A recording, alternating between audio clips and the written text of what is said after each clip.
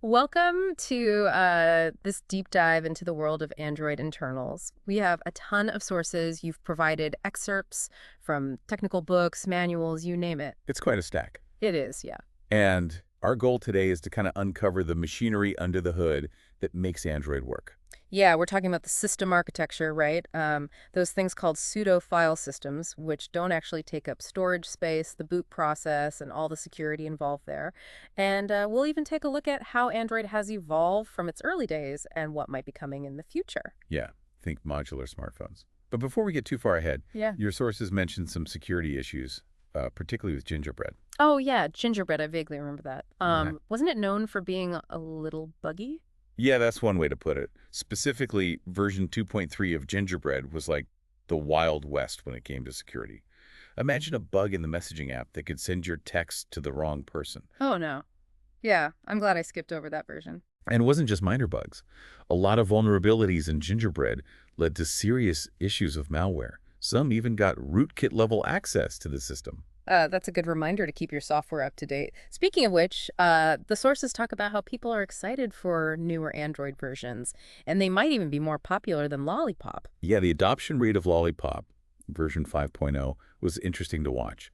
It had its own set of challenges, but there's hope that future versions will be used by a lot more people. Makes sense. Fragmentation is a huge thing in the Android world. Yeah. Now, Android is based on the Linux kernel, but the sources are clear that Android has its own architecture. How are they connected? So think of it as a layered cake. Okay. At the bottom, you have the Linux kernel, which is like the base, Right. and then you have these layers on top. Hmm. Libraries, application frameworks, Yeah. and finally the application layer, the part that we use. So it's Linux at its core, but with a whole Android world built on top. Exactly. One of the key things that makes Android so versatile is the hardware abstraction layer. We call it HAL for short. Oh, yeah, HAL, I've heard of that, but remind me what it does. Well, imagine having to write completely new drivers for every single piece of hardware for each new phone that came out. Like drivers for the camera, touch screen, Wi-Fi chip, etc. That would be a nightmare. Yeah, things would get pretty messy fast. Right. That's where HAL comes in. It's a bridge between the software of Android and the tons of different hardware it runs on. Okay. Device makers write to the HAL, and then Android can talk to all the different hardware through that interface. So it's like a universal language for hardware that lets Android talk to all these different devices. Exactly. HAL is one of those unsung heroes that allows Android to run on everything from cheap phones to expensive tablets and even things like smartwatches. That's pretty fascinating. Now, the sources talk a lot about Bionic, which is Android's C library. Why not just use glibc, which most Linux distributions use? Well, Android has always been about efficiency, especially back in the day when phones and their hardware were much slower. They made Bionic specifically for Android, and it's way more streamlined than glibc. So it's all about being as fast as possible on mobile devices. Yes. For example, it has a more streamlined approach to system calls. A system call is just a request from an app to the operating system. Okay. Bionic makes these system calls super fast. Interesting. But the sources also mention that Bionic is missing some things, like it doesn't have full support for system VIPC, those traditional ways for processes to talk to each other in Unix. And the C++ support is limited too. Yeah, they left those things out on purpose to keep Bionic small and efficient. And it meant Android had to come up with its own unique ways of handling things like complex C++ code and communication between processes. Huh. So by removing some things, they had to come up with even more creative solutions. Interesting. We'll definitely have to look into those alternative solutions later on. So Bionic is just one part of the whole system. The sources also go into other important libraries and Android's really interesting file system. Yeah, you have libraries like libandroid.fw.csyn, which does a lot of work. Things like managing app resources and parsing zip files. Okay. And then you have libwe.say, which is what makes Android's user interface so smooth because it's hardware accelerated. Yeah. It uses the power of OpenGL and SGR to make the graphics look great. So all the stuff that makes Android apps look so polished. And what about the file system? It's not just one big storage space, right? No, definitely not. Android's file system is like a well-organized city. Two of the most important parts are the system partition, which is written as system, and the user data partition, which is data. So system is where the core Android operating system files live. Exactly. It's like the heart of the city where all the government buildings and infrastructure are. And it's made with security and speed in mind. It's mounted as read-only so that you can't accidentally or maliciously change it. Right. And it's usually not encrypted so that it boots up really fast. Yeah, you don't want people messing with the system files, and you want your phone to boot quickly. So what about data? Data is where all your personal stuff is. Your apps, the data they use, photos, music, all of it. It's like where people live in the city. And unlike system, data can be encrypted to protect all your information. Oh, that's good. So even if someone steals my phone, they can't easily get to my data. The sources mention that mounting data as non-executable could make it even more secure. What's the reasoning there? So imagine some malware gets on your phone. If data is executable, that malware can just run and cause problems. But if data is non-executable, it makes it much harder for that bad code to run. That's really clever. It's like putting up a keep out sign for malware. But wouldn't that also make it harder to root your device? Like getting admin access? It would. Rooting usually needs you to be able to run code and data. Making data non-executable makes rooting harder, which could be good or bad. Yeah, it's a balance between security and being able to do what you want with your device. Exactly. It's like empowering users while also protecting them.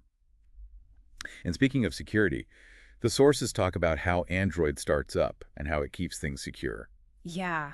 It's amazing how much happens before we even see that Android logo. It's a really choreographed process. Yeah. First, you have the bootloader, which is like a small program on a special part of the phone's memory. So that's the very first thing that starts when you turn your phone on. Right. The bootloader has to make sure the boot image is okay, that it hasn't been messed with. The boot image is what have the Linux kernel and something called a RAM disk. It's like a security check to make sure everything is good before it lets the system start. So it's making sure that the main part of Android hasn't been tampered with. Exactly. Once the bootloader is happy, it loads the kernel into memory and starts the RAM disk, which has all the files you need to start up. Think of it like a tiny temporary operating system. Got it. And then Android, as we know it, starts to load up. Yeah, the RAM disk then hands over control to something called the init process, which is kind of the father of all the other processes in Android. Okay. It reads some configuration files, starts the essential services, and finally starts the Android runtime environment, which is what we use as users. So it's like the conductor of an orchestra, making sure everyone's ready to play. Exactly.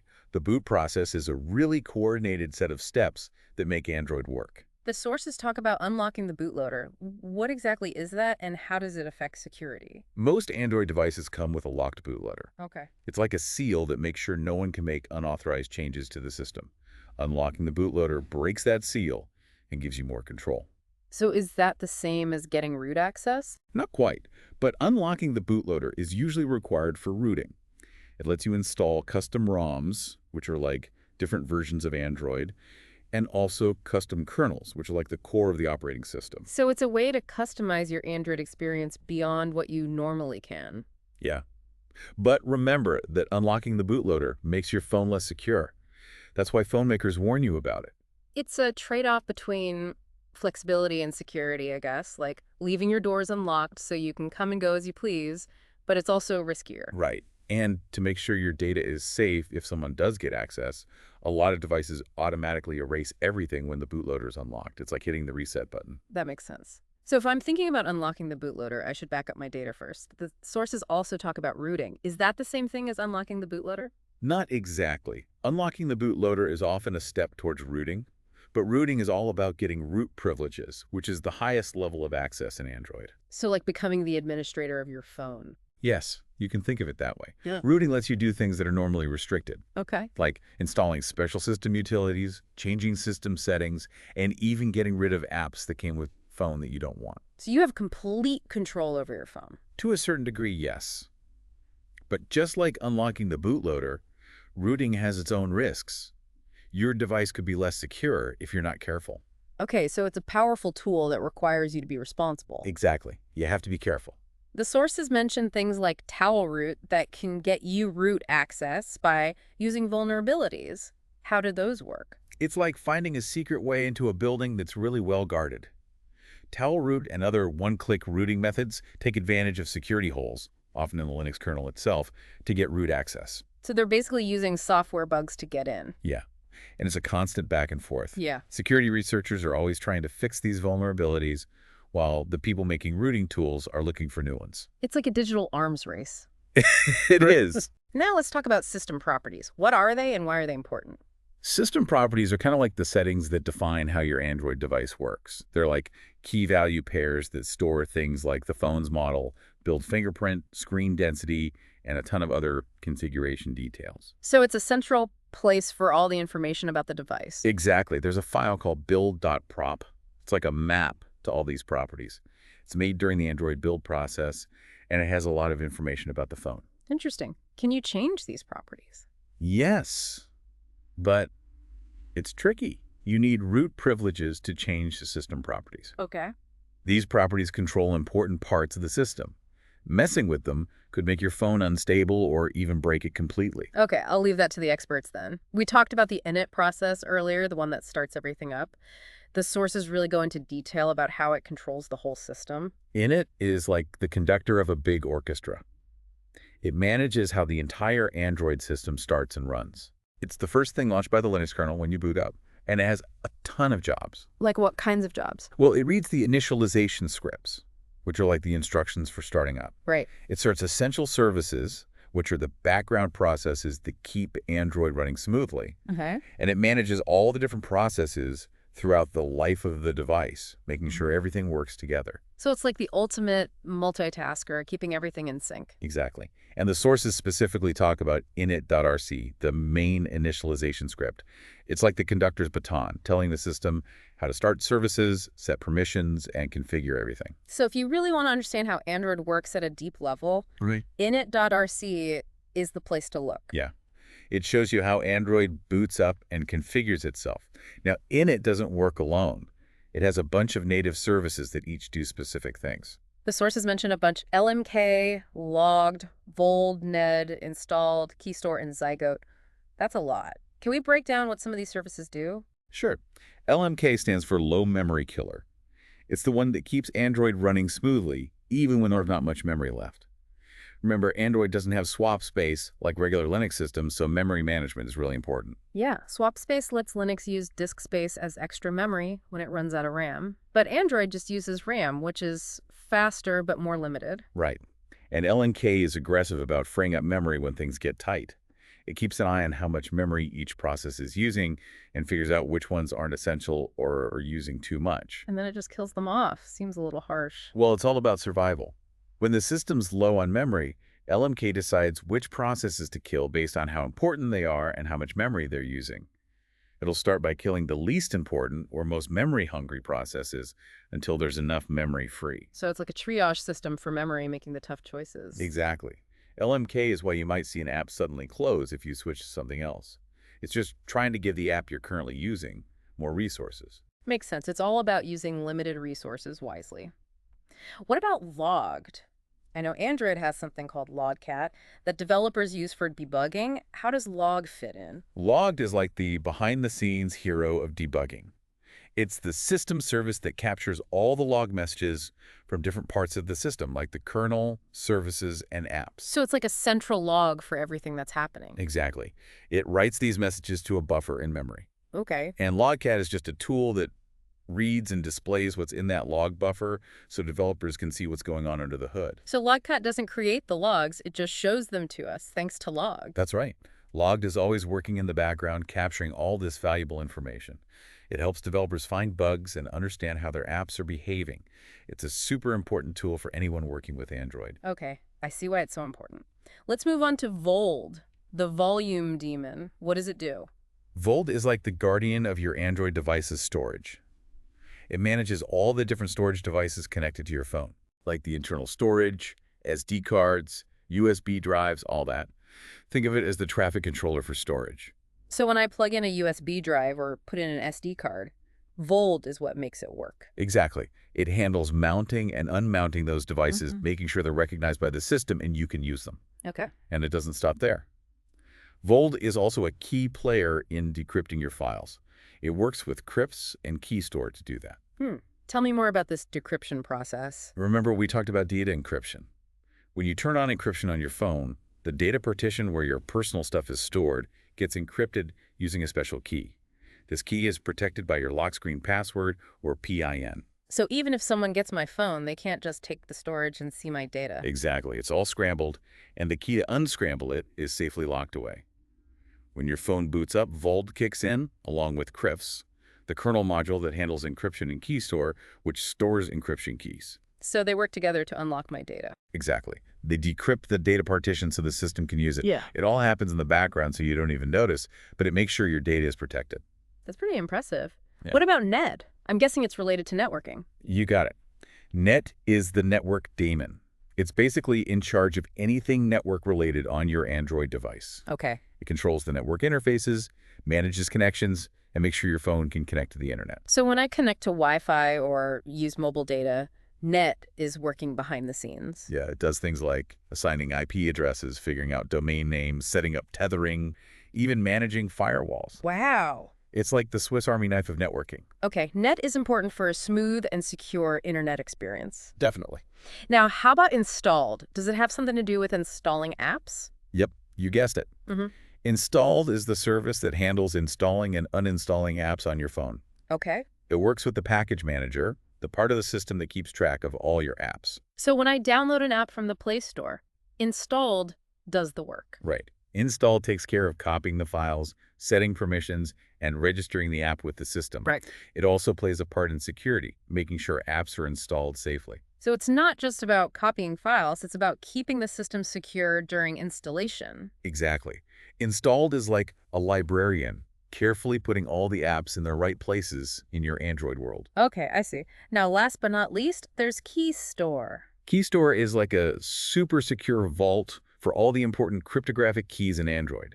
It's a critical part of security features like encrypting your files, secure boot, and app signing. So it's like a fortress protecting the keys to different parts of the system. That's a great way to put it. Key Store can make different kinds of keys, like secret keys, private keys, and certificates. It keeps them safe and makes sure they're used correctly. It's a key part of how Android keeps things secure. Okay, I'm seeing how all these pieces fit together for security. Now, what about Zygote? That one sounds really interesting. Zygote is unique. It's like the parent of all Android apps, in a way. Okay. It starts early when you boot up and loads a bunch of important Android libraries and resources into memory. So it's like a nursery for apps, getting them ready to run. Yeah, that's a good way to think about it.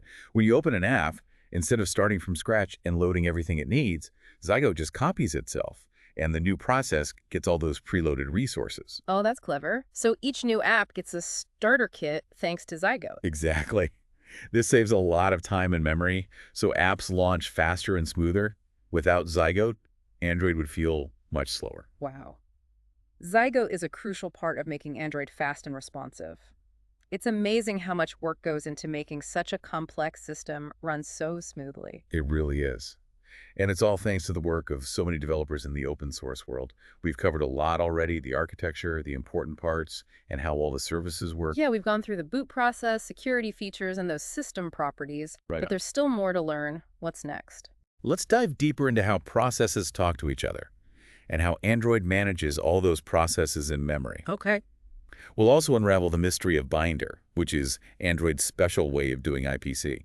Sounds good. I'm ready to go deeper. Binder is one of those things I've heard about but never really understood. Binder is super important for Android. Okay. It's the glue that holds everything together. It lets different parts of the system, whether they're apps or system services, communicate with each other. So it's like a messaging system. Yes, but it's a lot more advanced than old-school methods like sockets.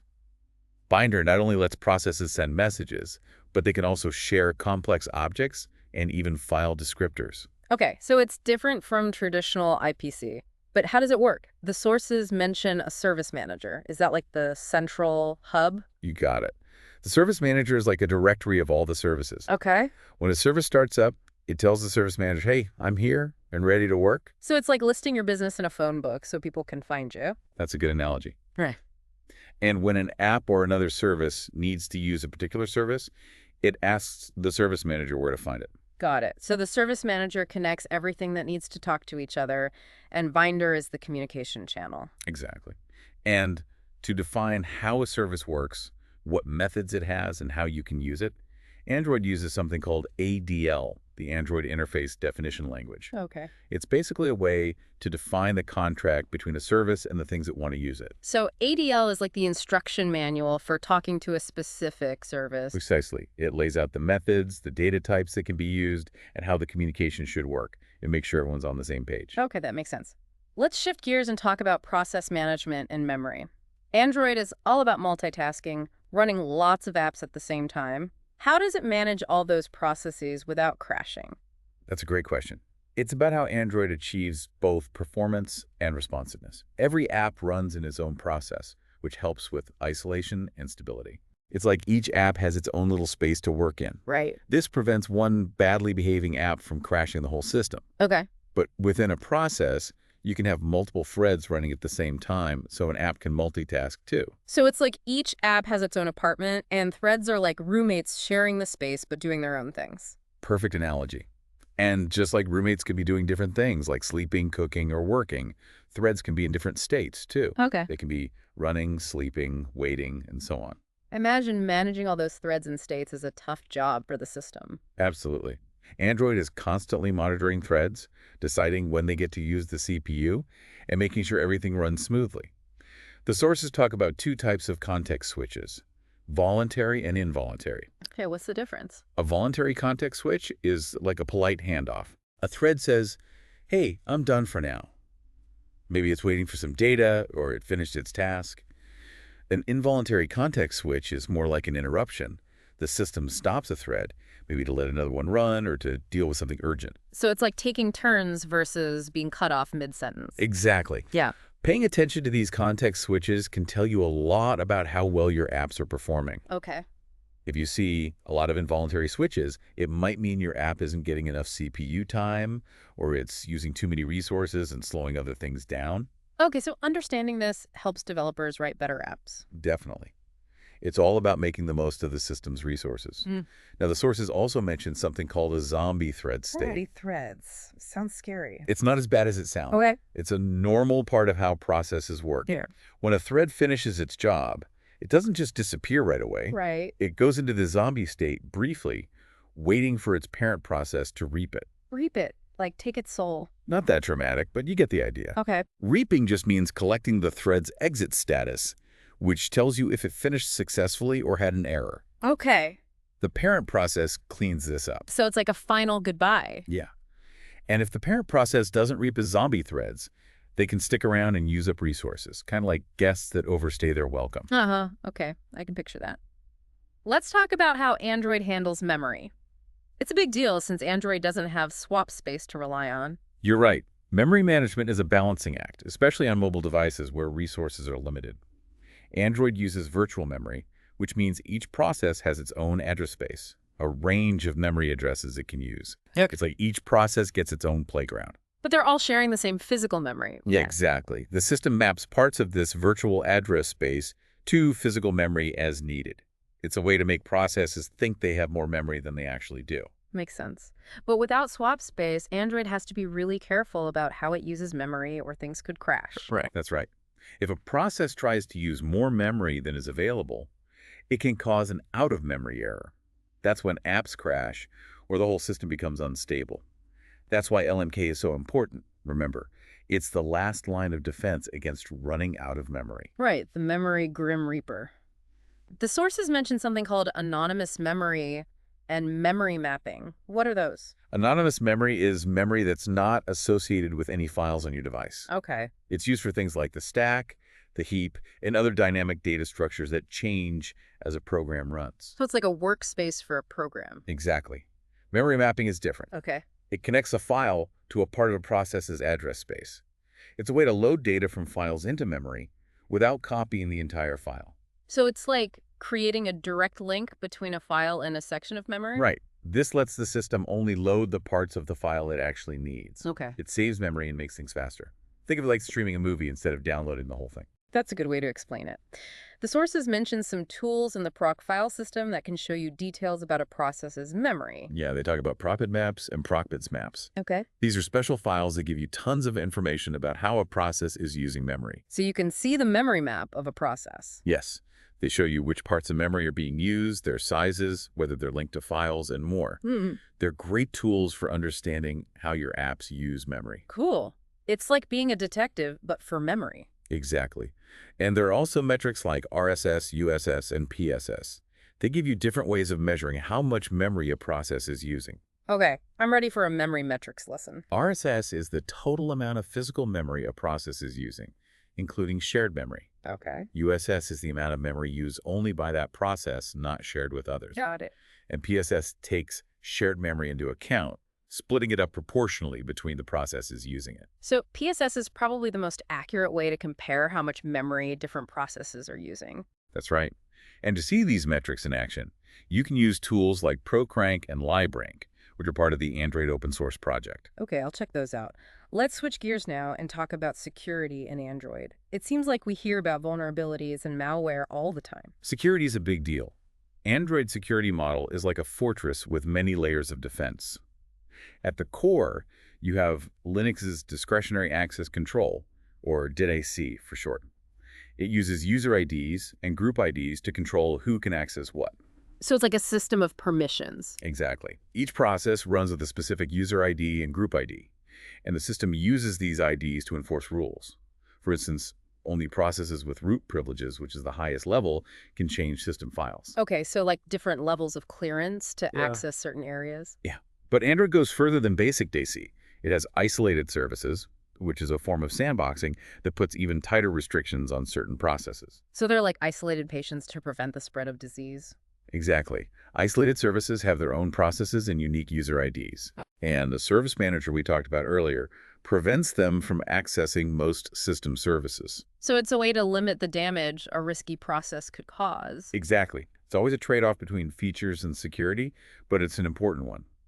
The sources also mention Linux capabilities. Okay. These are like fine-grained permissions that you can give or take away from a process. So it's like giving someone a key to one room instead of the master key to the whole building? That's a good way to put it. Capabilities allow for more control, so you can give a process specific privileges without making it all-powerful with root access. Makes sense. It's about minimizing the damage if something goes wrong. Right. Reduces the chances of one bad process taking down the whole system. Okay. Now, Android also uses a powerful security feature called Linux. Linux, or security-enhanced Linux, right. I've heard the name but don't really know what it does. Linux is like a super strict security guard. Okay. It enforces mandatory access control, or MAC. Even processes with root privileges have to follow the rules. So it's like a system of checks and balances for even the most powerful parts of Android. Exactly. Linux uses policies that are defined in configuration files. Okay. These policies tell the system what each process is allowed to do and what resources it can use. Okay. They're incredibly detailed. It's not just about what files a process can access, but even what system calls it can make and what other processes it can talk to. Okay, so Linux really locks things down. It's a big step up from traditional DAS. It's Right. much more robust and secure. Now, the sources do mention that rooting is tougher in its Linux environment. Right, because Linux can prevent even root processes from doing certain things that are needed for rooting. Exactly. It makes rooting much harder, but not impossible. Right. There are exploits like weak sauce that get around Linux restrictions to get root access. So that cat and mouse game again? Right. People trying to make things more secure and people trying to find ways around those security measures. It makes sense. Now, to understand how Linux works, we have to talk about how its policies are defined. Okay, let's get into the details of Linux. One of the main ideas in Linux is using labels. Think of them like tags that identify processes and resources. Okay. Every process and file has a label that describes its security context. So it's a way to determine who can interact with what and how. Exactly. The Linux policy then sets rules based on those labels. Okay. For example, a process labeled as untrusted app might not be allowed to access files labeled as system data. That makes sense. It's all about setting boundaries and making sure everyone stays in their lane. Precisely. The sources mentioned a few important files that define and manage Linux policies. Okay. There's policy, which has the main policy rules.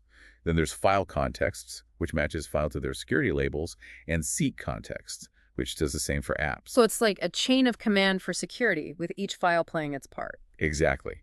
These files are the blueprints for how Linux works.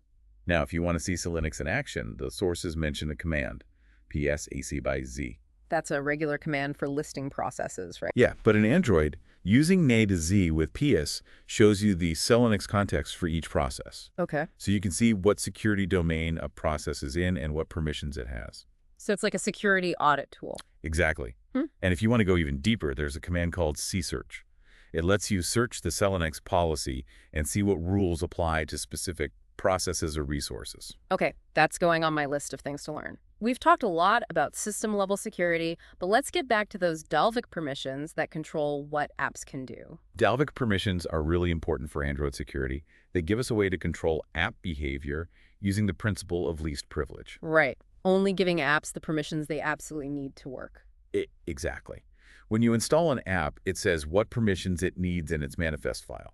The system asks you if you want to grant those permissions, so you have control over what the app can access. So it's about transparency and user choice. Precisely. And the Android runtime environment, whether it's Dalvik or the newer RT, enforces these permissions while the app is running. If an app tries to do something that requires permission, the system checks if it has it. Okay. If not, the app is blocked. So it's like having a security checkpoint at every door. That's a good way to think about it. Yeah. Dalvik permissions give you granular control over what apps can do on your phone, helping protect your privacy. I'm starting to see why those permission requests when we install apps are so important. It's not just about being annoying, it's about giving users control. Exactly. Letting users make informed decisions is a big part of responsible app development. Now, besides permissions, the sources also mention Dalvik code signing as a security measure. Code signing, what is that? It's like a digital seal of approval. Every Android app has to be digitally signed with a certificate that proves it's authentic and hasn't been tampered with. So it's like a guarantee that the app is from a trusted source. Exactly. It uses cryptography to create a unique fingerprint of the app's code. This fingerprint is checked during installation to make sure the code hasn't been changed since the developer signed it. Okay, so it helps prevent fake or modified apps from getting installed. Right. Code signing is crucial for keeping the Android app ecosystem safe and trustworthy. Now, we've talked a lot about security at the system and app levels, but user-level security is also really important. Yeah, things like the lock screen, multiple user accounts, and how keys are managed all play a role in protecting data and privacy. Definitely. The lock screen is your first line of defense. Right. Whether it's a PIN, pattern, or fingerprint scan, it's there to prevent unauthorized access. And multi-user support lets multiple people share a device while keeping their data separate. It's like having different accounts on a computer. Right. And how keys are managed is crucial for protecting sensitive information, like passwords and encryption keys. So Android security covers a lot of ground, from the system itself to how apps behave and even features for individual users. It's a multi-layered approach, and every layer helps to keep the platform secure. And it's always changing, right? It is. New threats pop up all the time, and new security measures are developed to counter them. It's a constant evolution. Okay, I'm getting a real sense of the ongoing battle between securing Android and those trying to find ways around its defenses. In a dynamic and fascinating field, for sure. Now, we spent a lot of time on the technical aspects of security, but remember, it's ultimately about protecting people and their information. That's a great point. We can't forget that technology should be used responsibly and ethically. Exactly. It's about making sure technology is used for good, not harm. Okay, I'm definitely thinking more about the ethics of technology now. We've covered a lot on security, but let's move on to how Android manages processes and memory. Process and memory management are essential for any operating system. Right. Android is no exception. It has to juggle multiple processes, each with maybe multiple threads, and it needs to make sure the system is responsive and doesn't run out of memory. It's a delicate dance. I'm ready to learn the steps. The sources mention something called GIDs, which are group IDs. They work with those user IDs we talked about earlier to manage permissions. Yeah, you got it. GIDs are like assigning people to different teams based on their roles. Okay. Android has a whole bunch of GIDs, each one linked to specific system functions or resources. So it's another layer of control on top of user IDs. Exactly. Like there's a GID for using the camera, one for audio, one for Bluetooth, and so on. Okay. By assigning processes to specific GIDs, the system can control access to these features more precisely. It's like dividing and conquering, making sure each process only has access to what it needs. Precisely. The sources actually have a whole table of GIDs and their permissions. Wow. It's really interesting to see how these GIDs reflect all the different parts of an Android system.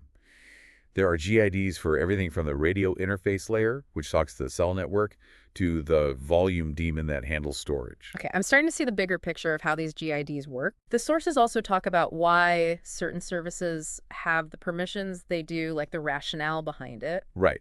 It raises questions about security and trust.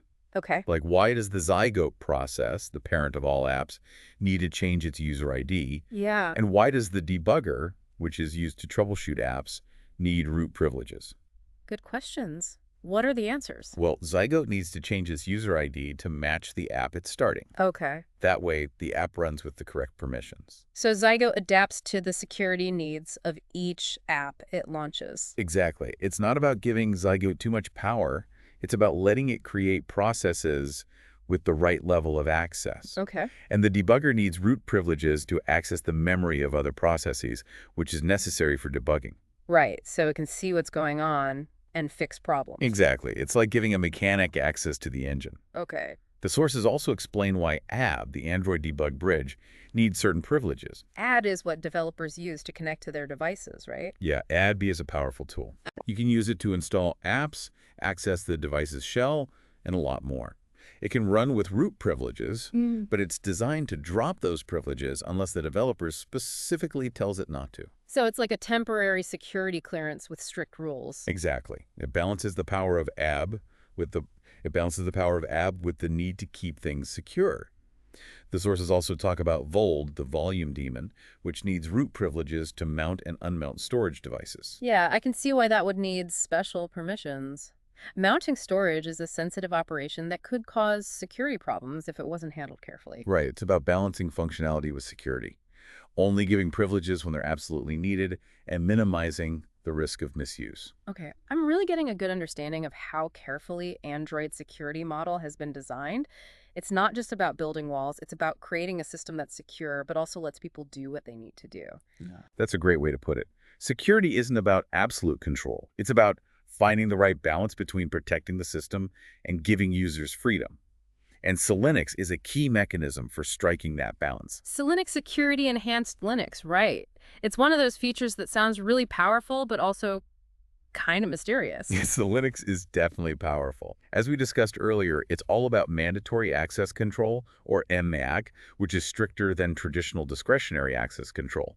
It uses policies defined in configuration files to control what processes can do and what resources they can use. So it's like a set of really specific rules that govern how everything in the system behaves. Exactly. So Linux policies are super detailed. They go beyond just saying what files a process can read or write. They even specify which system calls a process can make, which other processes it can communicate with, and a whole lot more. Wow, that's pretty impressive. But the sources mention some challenges with rooting devices that have Linux enabled. Right. So Linux makes it harder to get unrestricted root access. It can stop even root processes from doing things that are necessary for rooting. So even if you have root privileges, Linux is still in charge. Exactly. It's like having a security guard who doesn't care if you're the CEO. Yeah. You still got to follow the rules. But of course, people always try to find ways around security measures. Right. The sources mention exploits like weak sauce, which can bypass Linux restrictions to gain root access. So it's that constant battle between security and those trying to break it? Exactly. It's all about continuous improvement and adaptation. To really understand how Linux works, we need to look at how its policies are defined and managed. Okay, let's get into those details. One of the key concepts in Linux is labels. Think of them like tags that categorize processes and resources. Okay. Each process and file gets a label that defines its security context. So it's a way to tell the system who can interact with what and in what ways. Exactly. The Linux policy then sets rules based on these labels. For example, a process labeled as untrusted app might not be allowed to access files labeled as system data. That makes sense. It's about drawing clear lines and enforcing them through labels and policies. Precisely. The sources mention a few specific files that are important for Linux policies. There's policy, which contains the main policy rules, file contexts, which maps files to their security labels, and SEEP contexts, which does the same for apps. So it's like a hierarchy of configuration files that work together to create this whole security framework. Exactly. These files are the blueprints for how Linux operates. If you want to see Linux in action, the sources mention a command you can use, psc-z. PS, that's the command to list processes, right? Yeah, but in Android, adding Z to PS will show you the Linux context of each process, so you can see what security domain a process is running in and what its permissions are. So it's like a tool for peeking into the security details of each process. Exactly. And for even more in-depth analysis, there's a command called csearch. It lets you search the Linux policy and see which rules apply to certain processes or resources. It's a powerful tool for really understanding Linux. Okay, I'm definitely adding that to my list of things to learn. We've talked a lot about security at the system level, but let's not forget about those Dalvik permissions that control what apps are allowed to do. Dalvik permissions are a crucial part of Android's security model. They give us a way to control how apps behave using the principle of least privilege. Right, giving apps only the permissions they absolutely need to function. Exactly. When you install an app, it declares the permissions it needs in its manifest file. The system then asks you, the user, whether you want to grant those permissions. Right, so you have control over what the app can access. Exactly. And the Android runtime, whether it's Dalvik or RT, makes sure those permissions are enforced while the app is running. If an app tries to do something that needs permission, like access your contacts or location, the runtime checks if it has that permission. If not, the action is blocked. It's like having a gatekeeper at every door, checking for the right credentials. That's a great analogy. Dalvik permissions give you a lot of control over what apps can do on your device, which helps protect your privacy and security. I'm definitely seeing now why those permission requests when we install apps are so important. It's not just about being annoying, it's about giving users control. Exactly. Informed consent is crucial for responsible app development. Besides permissions, the sources also mentioned Dalvik code signing as a security measure. Code signing. What's that about? Think of it like a digital signature that verifies the authenticity and integrity of an app. Every Android app has to be digitally signed with a certificate that proves its origin and that it hasn't been tampered with. So it's like a guarantee that the app is what it claims to be and that it hasn't been modified in any malicious way. Precisely. It uses cryptography to create a unique fingerprint of the app's code. This fingerprint is then checked during installation to make sure the code hasn't been changed since the developer signed it. So it helps prevent fake or modified apps from sneaking onto your device. Exactly. Code signing is a crucial part of keeping the Android app ecosystem safe and trustworthy. Now, we've covered a lot about security at the system and app levels, but let's not forget about security features that are designed for users. Right. Things like the lock screen, multi-user support, and key management all play a role in protecting user data and privacy. Absolutely. The lock screen, whether it's a PIN, pattern, or fingerprint scan, is your first line of defense against unauthorized access. And multi-user support lets multiple people use the same device while keeping their data separate. It's like having different accounts on a computer. Right. And key management is crucial for protecting sensitive information, such as passwords and encryption keys. Okay, so Android security is really comprehensive, from the system level to apps to individual users. Exactly. It's a multi-layered approach, with each layer contributing to the overall security of the platform. Wow, we've really gone deep down the rabbit hole with this deep dive. It's amazing how much is happening behind the scenes of our Android devices. It's a testament to the complexity and ingenuity of modern mobile operating systems. And this is just a glimpse into the world of Android internals. There's so much more to explore. I'm definitely inspired to learn more. This has been a fascinating journey. I've learned so much about how Android works, from the basic architecture to the security measures and all the intricate details of how processes and memory are managed. It's been a pleasure sharing this journey with you. Remember, knowledge is power, and understanding how technology works helps us use it more safely and responsibly. That's a great takeaway. So what are your biggest takeaways from this deep dive? What surprised you the most? Share your thoughts in the comments below. And as always, keep exploring, keep learning, and keep diving deep into the fascinating world of technology.